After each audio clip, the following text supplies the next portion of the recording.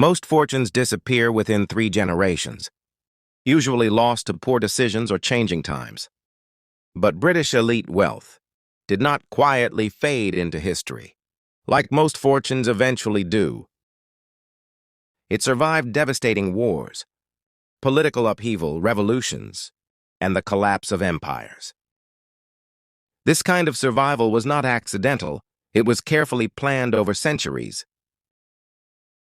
While kings lost their crowns and nations repeatedly redrew their borders,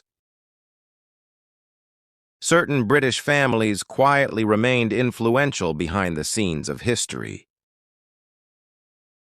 They did not chase headlines, popularity, or public admiration. Instead, they invested in permanence rather than temporary recognition. The British elite understood a fundamental truth long before modern economists explained it. Money alone is fragile, temporary, and easily lost with time or crisis. Real power comes from structure, control, and long-term thinking. And these families mastered all three across generations. This story is not about luxury lifestyles or visible extravagance. It is about land ownership, legal protection, and generational strategy.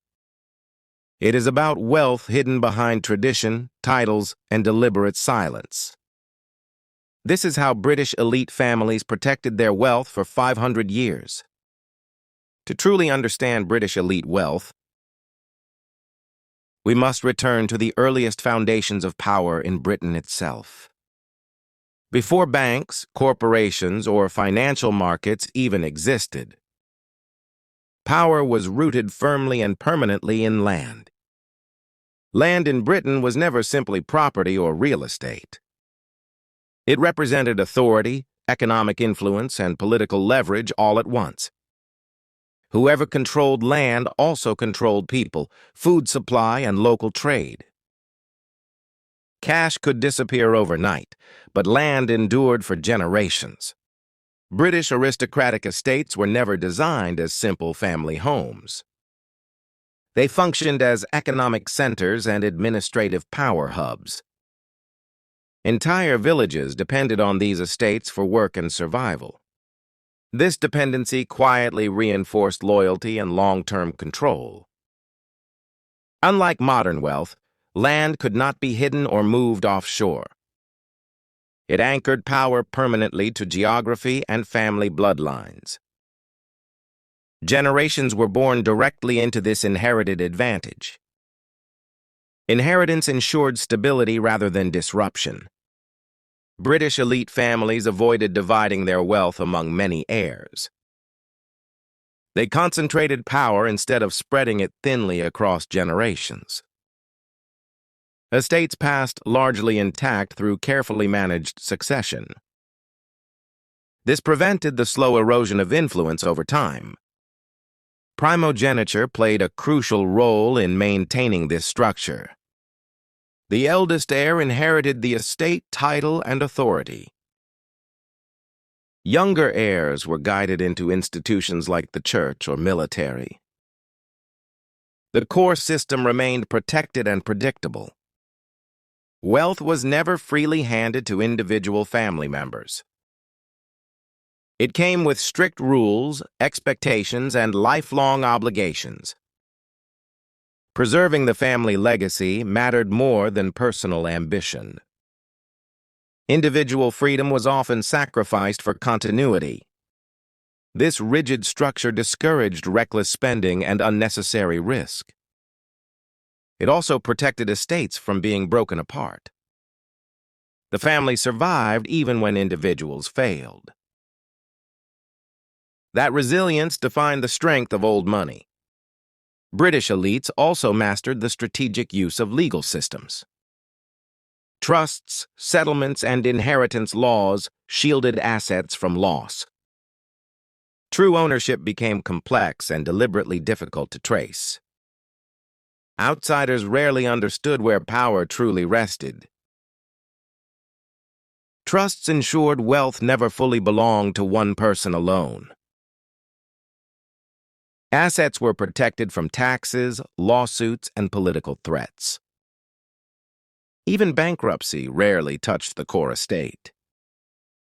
Continuity always mattered more than access. Legal complexity acted as a powerful defensive barrier. Only insiders truly understood how the system functioned. This obscurity discouraged scrutiny and interference. Power thrived behind confusion. Unlike modern elites, British aristocracy avoided public exposure. They did not display wealth or seek admiration. Public attention was viewed as a serious liability. Silence became an intentional shield. Titles reinforced this silent authority across generations. Dukes, earls, and lords commanded respect without raising their voices. Titles opened doors money alone could never unlock. Influence flowed naturally through status. Titles also legitimized wealth in the public imagination. Power appeared traditional rather than aggressive or exploitative. It was accepted as heritage instead of dominance. This perception reduced resistance. British elites rarely needed to announce their authority openly. Power moved quietly through tradition and expectation. Visibility was unnecessary. Their presence was already understood within institutions. This silence was never accidental or unplanned. Visibility attracts scrutiny, opposition, and risk. Silence avoids confrontation and preserves continuity. Old money always chose discretion.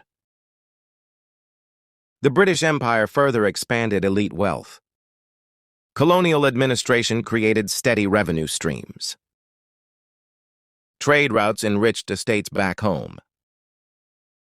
Empire strengthened old money without changing its behavior.